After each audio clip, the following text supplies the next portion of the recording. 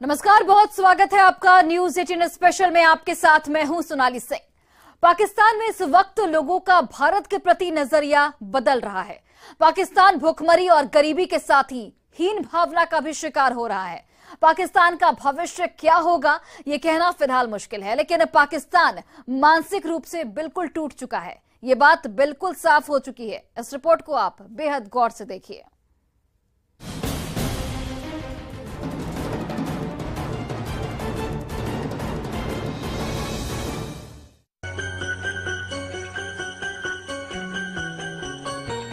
जरदारी भी ले लो, नवाज भी ले लो, भले छीन लो हमसे यूसुफ की लानी, मगर हमको लौटा दो कीमत पुरानी।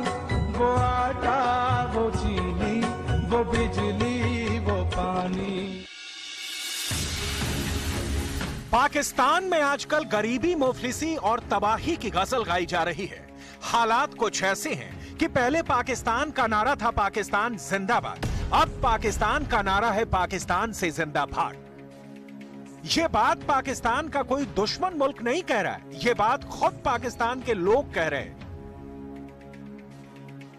क्या हालत है पाकिस्तान की और क्यों पाकिस्तान की आवाम आजकल हिंदुस्तान के लिए मोहब्बत की कव्वाली गा रही है, सब आपको बताएंगे। लेकिन पहले जरा सुनिए पाकिस्तान की आवाम का ये बयान। पेट्रोल सस्ता करो, पेट्रोल सस्ता करो, महंगाई बहुत हो गई है। महंगाई के बारे में सोचो। हुकूमत से मेरी ये गुजारिश है, महंगाई के बारे में सोचो। चाय बेचने वाला हमसे कहते थे, लेकिन चाय बेचने वाले ने मुल्क को जो है अपने वो दुनिया की चौथी बड़ी इकोनॉमी बना दी है एक चाय बेचने वाले ने। और यहाँ पर ऑक्सफोर्ड यूनिवर्सिटी, हार्वर्ड यूनिवर्सिटी और वो जिनका मुझे पता नहीं कितने बड़े बड़े नाम है यूनिवर्सिटीज के, वहाँ से पढ़कर आने वालों ने मुल्क को जो है वो सबको जो है चाय पीने के काबिल नहीं छोड़ा। पाकिस्तान खुद अपने ही बोझ तले मरता चला जा रहा है। एक एक दिन जैसे जैसे गुजर रहे हैं पाकिस्तान कयामत की तरफ खिसकता जा रहा है और दुनिया तबाह होते, बर्बाद होते पाकिस्तान का तमाशा देख रही है। अब वाकई आइसोलेट हो गए हैं। इवन कि अब तो इंडिया ने ये कह दिया कि हमने इनको कुछ नहीं कहना, ये खुद ही अपनी मौत मार जाएंगे। यहाँ तक उनके वजीर आजम ने ये बयान दे दिया कि इनको इस लेवल पे ले आए हैं, तो ये हमारी बदकिस्मती है। पाकिस्तान पर महंगाई का बम फूट रहा है। पेट्रोल बम से लेकर सिलेंडर बम पाकिस्तान की आवाम की कमर तोड़ रहे हैं। पाकिस्तान की सरकार ने संसद का आपातकालीन सत्र बुलाकर एक मिनी बजट पेश किया है, जिसमें टैक्स 17% से बढ़ाकर 18% कर दिया गया है और लग्जरी आइटम, सिगरेट और कोल्ड ड्रिंक्स पर टैक्स 25% तक कर दिया गया है। पाकिस्तान को उम्मीद है कि इससे उसको 170 अरब डॉलर की आय होगी, जिससे वो आधिकारिक रूप से कंगाल होने से कुछ दिन और बच जाएगा। लेकिन आखिर पाकिस्तान कब तक खैर मनाएगा, ये पाकिस्तान की आवाम को भी पता है। की तरफ से अगर ये जेस्चर आया तो which is very positive and appreciated. जरूरी नहीं है कि वो हमारे एक एनिमी है और हमारा नेबर कंट्री है जिसके साथ हमारी एक वॉर चलती रहती है, लेकिन जहाँ पे अगर अच्छा काम हो रहा है तो डेफिनेटली उसको अप्रिशिएट करना चाहिए। अब पाकिस्तान के लोगों के मन में सवाल ये उठ रहा है कि आखिर पाकिस्तान बर्बाद कैसे हो गया? क्या चीन के कर्ज ने पाकिस्तान को डुबो दिया? इस वक्त दुनिया के 20 ऐसे देश हैं जिनको चीन ने कर्ज दिया है और सभी की इकोनॉमी डावाडोल है। पाकिस्तान पर कुल 23 लाख करोड़ रुपए का कर्ज है, इसमें 30% कर्ज अकेले चीन का है। इसी कर्ज के दम पर पाकिस्तान उछलता था और चीन को अपना बिरादर मुल्क, आयरन बरादर यानी फौलाद का भाई कहता था। लेकिन खबर यह है कि अब चीन ने तकनीकी मुद्दों का हवाला देकर पाकिस्तान में अपने दूतावास के वाणिज्य दूतावास को अस्थायी रूप से बंद कर दिया है। यानी जब पाकिस्तान की नैया डूबने लगी तो पाकिस्तान को छोड़कर भागने वाला सबसे पहला मुल्क भी चीन ही बन गया है। फिर भी पाकिस्तान अपने पड़ोसी हिंदुस्तान की तरक्की से काफी बेचैन और परेशान है। वहाँ सवाल ये पूछा जा रहा है कि आखिर क्यों तुर्की के अंदर तिरंगा शान से लहरा रहा है। तुर्की एक इस्लामिक कंट्री, वहाँ के लोग अपने घरों की छतों पर इंडिया का झंडा लहरा रहे हैं और ये आज ऐसा पहली दफा देखने को नहीं मिला। आपको याद होगा जब यूक्रेन और रशिया के दरमियान वॉर थी तो यूक्रेन में फंसे हुए मुसलमान स्टूडेंट ने वहां से निकलने के लिए इंडिया का फ्लैग यूज किया था और ये खबर बहुत ज्यादा वायरल हुई थी कि पाकिस्तानी स्टूडेंट जो है वो इंडिया का झंडा इस्तेमाल करते हुए अपनी जानें वहां से बचा कर निकले। यानी आप सोच सकते हैं कि इंडिया के झंडे की, इंडिया के पासपोर्ट की कितनी वैल्यू है। ये वैल्यूज ऐसी क्रिएट होती है ना, वैल्यूज तब क्रिएट होती हैं जब आप काम करते हैं, जब आप अपनी इकोनॉमी को बेहतर करते हैं। ना सिर्फ आप इधर आके खोखले नारे लगाते हैं और लोगों को ढकोसले देते हैं, ऐसे नहीं। उन्होंने अपनी वैल्यूज क्रिएट की हैं। उनकी जो इंडस्ट्री है वो इस वक्त दुनिया की, इंडिया जो है चौथी बड़ी मईशत है, वो कैसे बनी है? रिसेंटली तुर्की और सीरिया में ज़ल्ज़ला आया है जिसकी वजह से काफी जानी और माली नुकसान हुआ है। जिस कंट्री ने सबसे ज्यादा बढ़ चढ़कर तुर्की के लोगों की, मुतासरा लोगों की मदद की है, वो है कंट्री इंडिया। अब तुर्की के लोग जो है वो इंडिया को प्यार दे रहे हैं, इंडिया का शुक्रिया अदा कर रहे हैं, इंडिया के प्राइम मिनिस्टर का भी और यहाँ तक कि इंडियन आर्मी का भी। क्या कहेंगी आप? अच्छी बात है जो उन्होंने उनकी हेल्प की है, तो ऑब्वियसली कोई फीडबैक तो, पॉजिटिव फीडबैक तो जाना चाहिए। ज़रूरी नहीं है कि इंडिया का हमारे साथ कोई क्लैश है तो तुर्की वाले भी क्लैश ही रखें। तो उनकी ऑब्वियसली उन्होंने अगर मदद की है तो बदले में उनको थैंक्स तो हर कोई करता है। ये तो एटिकेट की बात है कि आपको ऐसे रिस्पॉन्स देना चाहिए, तो अच्छी बात है। आपको पता है कि तुर्की के लोग अपने घरों की छतों पर चढ़कर इंडिया का झंडा लहरा रहे हैं और ये एक बहुत बड़ी बात है। बहुत बड़ी बात है वाकई में। किसी और कंट्री का फ्लैग आप लगाएं, लेकिन ये भी तो देखें ना कि किसी और कंट्री ने आपकी कंट्री की कितना ज्यादा हेल्प किया हर चीज में, कि आपकी मतलब एक तरह से इतना बड़ा नुकसान हुआ है। कितने ज्यादा लोग वैसे वहाँ काफी ज्यादा सिटीज ऐसी हैं जो डिस्ट्रॉय हो गई हैं। हाँ, तो बहुत ज्यादा नुकसान हुआ है, काफी ज्यादा जानी नुकसान हुआ है। तो आप किसी को एक तरह से गिरे हुए को उठा रहे हैं, तो आप जाहिर सी बात है कि इस तरह से थैंक यू बोलना और अपने ग्रेटिट्यूड शो करना, it's a good thing. Pakistan के यूट्यूबर्स इस वक्त दिन रात सिर्फ भारत और भारत के गुण गाने में लगे हुए हैं। उन्हें ऐसा लग रहा है कि शायद भारत का दिल पिघल जाए और भारत उनके लिए कुछ मदद भेज दे। पाकिस्तान पहले से ही सदमे में है। उसमें जम्मू और कश्मीर के अंदर लिथियम का लाखों टन का भंडार मिलने से पाकिस्तान की जान और सूख गई है, क्योंकि इससे भारत की इकोनॉमी में और बड़ा बूस्ट आने वाला है। पहले आप अपने मकबूजा कश्मीर पे तो राइट बना लें, वो उसी पे राइट नहीं बना आपका। इतने साल से आप उस इश्यू को नहीं सॉल्व कर सके, तो लिथियम पे आके वो क्या आपको ऐसे इजी पीनट दे देगा आपको? इंडिया ऑलरेडी एक बहुत बड़ी इकोनॉमी बन चुका हुआ है, वर्ल्ड की तीसरी या चौथे नंबर पे वो इकोनॉमी है। तो ये इसका बहुत बड़ा वो बूस्ट होगा इकोनॉमी में। और जो ये इनकी इलेक्ट्रिक जो गाड़ियाँ बना रहे हैं या व्हीकल जो भी हैं, उनमें ये बहुत बड़ा बूस्ट आने वाला है।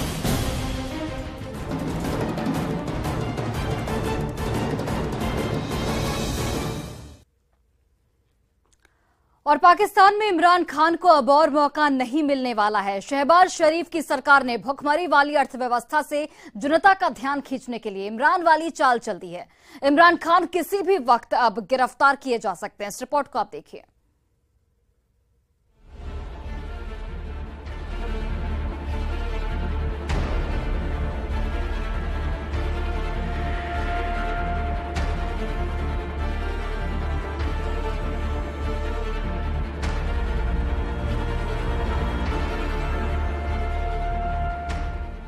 पेट्रोल, पैसा, दूध, चिकन, प्याज, आटा, आतंक,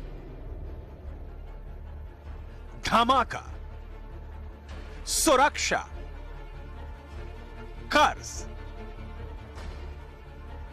पाकिस्तान रूपी रंग महल के इन 10 दरवाजों पर जल्लाद रूपी गरीबी और जेहालत का पहरा है, और जिनके कंधों पर इस राक्षसी दरवाजों को तोड़कर आवाम को विकास के रास्ते पर ले जाने की जिम्मेदारी है, वो करप्शन के दलदल में डूबे हुए हैं। उन्हें मालूम नहीं कि देश लुट चुका है। अब बचने के लिए पानी पर लकीर खींचना व्यर्थ है। महंगाई बम के विकिरण से पाकिस्तान में लाइलाज कैंसर फैल चुका है। जनता पेट पर हाथ मलते अवाक हुकूमत का मुंह ताक रही है और हुक्मरान अपने किए को छिपाने के लिए देश का सौदा कर रहे हैं। ये महंगाई वाली बात आगे करेंगे, उसके पहले उस धमाके की गूंज सुन लीजिए जो पाकिस्तान के जिस्म को जला देने के लिए बेकल हुई जा रही है। खबर यह है कि क्वेटा से कराची जाने वाली जाफर एक्सप्रेस की एक बोगी में चीचा वतनी के करीब धमाका हुआ है और धमाके में एक शख्स जाँ बहक जबकि 4 जख्मी हुए हैं। अच्छा, इकोनॉमी क्लास की बोगी नंबर 6 में हुआ, लेकिन किस नौयत का धमाका था ये अभी तक मालूम नहीं हो सका। ये मनाजिर भी आप तबाही जो हुई है इस धमाके के नतीजे में वो आप देख सकते हैं, और 4 अफराद जख्मी भी हैं, उन्हें अस्पताल मुंतकिल किया जा रहा है। जाँ बहक 4 अफराद जख्मी हुए हैं। अपने नाज़रीन को अफसोसनाक खबर दे रहे हैं। चीचा वतनी के रेलवे स्टेशन के करीब जाफर एक्सप्रेस ट्रेन में सिलेंडर धमाका हुआ है। धमाके से 2 अफराद जाँ बहक जबकि 4 अफराद जख्मी हुए हैं। अफसोस आतंक की नर्सरी में सुकून के बीज नहीं पनपते, लिहाजा आतंकिस्तान की इस कथा को यहीं विराम देकर इसके पालनहारों का कच्चा चिट्ठा खोलते हैं, जिसमें इतने दागदार छेद हैं कि आपको यकीन करना मुश्किल हो जाएगा। सही पकड़े, बात उस पूर्व और तथाकथित अभूतपूर्व प्रधानमंत्री इमरान खान नियाजी की, जिसके दामन भ्रष्टाचार के आरोपों से कलंकित है। जनाब खान साहब को अब हर पल जेल जाने के बुरे ख्वाब सता रहे हैं। पाकिस्तान तहरीक-ए-इंसाफ के सियासतदानों को शहबाज शरीफ सरकार जिस तरह से जेल में ठूस रही है, कप्तान इमरान के सीने में खौफ भर गया है कि बनी गाला के बंगले से पता नहीं पुलिस कब उन्हें उठाकर कोट लखपत जेल के सलाखों के पीछे कैद कर दे।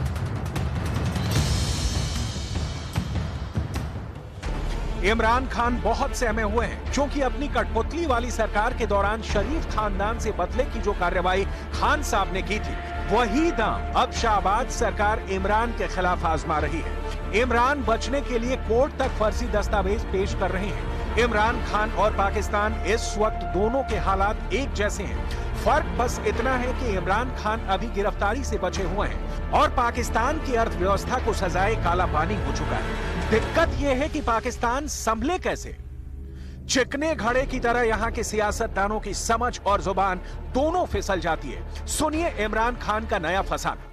जो घी है वो 380 अरब था, आज 600 अरब केजी पहुंच गया है। ये तो फिसली हुई जुबान का कारनामा है, लेकिन प्रधानमंत्री शहबाज शरीफ के पास देश को बचाने के लिए क्या है वो भी देख लीजिए।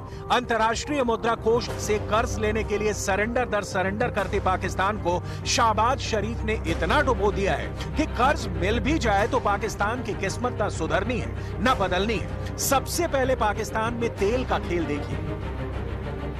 पाकिस्तान में पेट्रोल की कीमत पहले 249 रुपए 80 पैसे थी, अब 272 रुपए।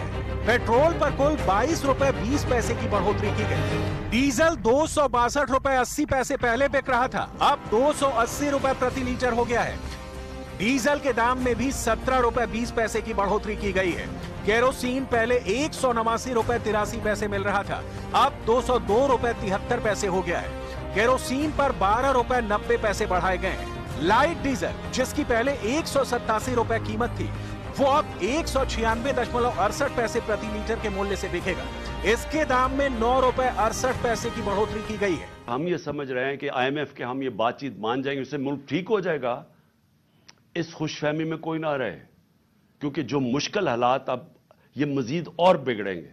पाकिस्तान में लगातार बढ़ती पेट्रोल की कीमतों की वजह से कई शहरों में गधा गाड़ी के जमाने फिर से वापस आ गए हैं। वैसे भी पिछले कुछ सालों में पाकिस्तान में गधों की तादाद तेजी से बढ़ी है, क्योंकि तेल ने पाकिस्तान की अर्थव्यवस्था का गणित गड़बड़ कर दिया है। ऑयल रिफाइनरी कंपनियां सरकार को समझा चुकी हैं कि उनके पास तेल खरीदने के लिए डॉलर नहीं बचे हैं और रिफाइनरी बंद हो रही है। जनता का हाल तो आप सुन ही चुके हैं। अब आते हैं उस मुद्दे पर जिसने पहले से झुकी कमर पर टैक्स का ऐसा बोझ रख दिया है जिससे टैक्स पेयर की रीढ़ टूटनी तय है। 170 अरब रुपए के इजाफी टैक्स लगाने की मंजूरी दी है। अब लग्जरी आइटम पर GST की शरह को 17% से बढ़ाकर उस पर 25% की बुलंद सतह पर ले जाने का फैसला किया है। शादी की तकरीबात के बिलों पर 10% की शरह से withholding adjustable advance income tax नाफिज किया जाएगा। इस समय पाकिस्तान में विदेशी मुद्रा का भारी संकट है। स्थिति ये हो गई है कि बंदरगाह पर माल पहुंच गया है और उसे छुड़ाने के लिए विदेशी मुद्रा नहीं है। ऐसे में IMF से कर्ज लेना ही एकमात्र रास्ता बचता है। लेकिन कर्ज लेने के लिए IMF की कड़ी शर्तें हैं। इन्हीं शर्तों में डीजल और पेट्रोल की कीमत की बढ़ोतरी की शर्त भी शामिल है। पाकिस्तान हर शर्त मानने को तैयार है, क्योंकि ना मानने के अलावा करे भी क्या। भूखमरी मुंह बाए खड़ी है और जनता फटेहाली में दिन काटने के लिए विवश है। एक छोटा सा उदाहरण देखिए। पहले ही दूध की कीमत 210 रुपए प्रति लीटर तक जा पहुंची है। चिकन का दाम 780 रुपए प्रति किलोग्राम तक पहुंच चुका है। महंगाई की ये शुरुआत है। दुनिया भर के आर्थिक जानकार ये अंदाजा लगा रहे हैं कि पाकिस्तान की गरीबी कहां जाकर थमेगी। आंकड़ा आप भी देख लीजिए। महंगाई की दर 27% के पार जा चुकी है। वहीं मूडीज ने 2023 की पहली छमाही में इसके 33% के पार निकल जाने की आशंका जाहिर की है। डॉलर के मुकाबले पाकिस्तानी करेंसी 25% तक टूट चुकी है। पाकिस्तान एक दिन में ही नहीं टूटा, साल दर साल यहाँ के सियासतदानों ने पाकिस्तान को जानबूझकर तोड़ा है। कर्ज पर कर्ज लेकर और भ्रष्टाचार की अनगिनत कथाएं लिखकर पाकिस्तान के अलंबरदारों ने पाकिस्तान को बर्बाद कर दिया। हालात ये हैं कि देश के ऊपर कुल कर्ज और देनदारी 60 ट्रिलियन पाकिस्तानी रुपए से अधिक है। ये देश की जीडीपी का 89% है। वहीं इस कर्ज में करीब 35% हिस्सा केवल चीन का है। पाकिस्तान पर चीन का 30 अरब डॉलर का कर्ज बकाया है, जो फरवरी 2022 में 25.1 अरब डॉलर था। और अब पाकिस्तान को उसके सबसे अजीज दोस्त चीन ने तमाचा जड़ दिया है। चीन उसकी कंगाली और कर्ज की भूख से इतना घबरा गया कि अपने देश में पाकिस्तानियों की नो एंट्री कर दी और वीजा देने से इनकार कर दिया। यही नहीं, पाकिस्तान में अपने दूतावास के कॉन्सुलर सेक्शन को भी चीन ने बंद कर दिया। चीन ने अपनी चाल दिखा दी है। सवाल है, अब पाकिस्तान यहाँ से कहाँ जाएगा? क्योंकि IMF की कर्ज की जो खेप आनी है वो भी इतनी नहीं कि पाकिस्तान की गिरती अर्थव्यवस्था को संभाल सके।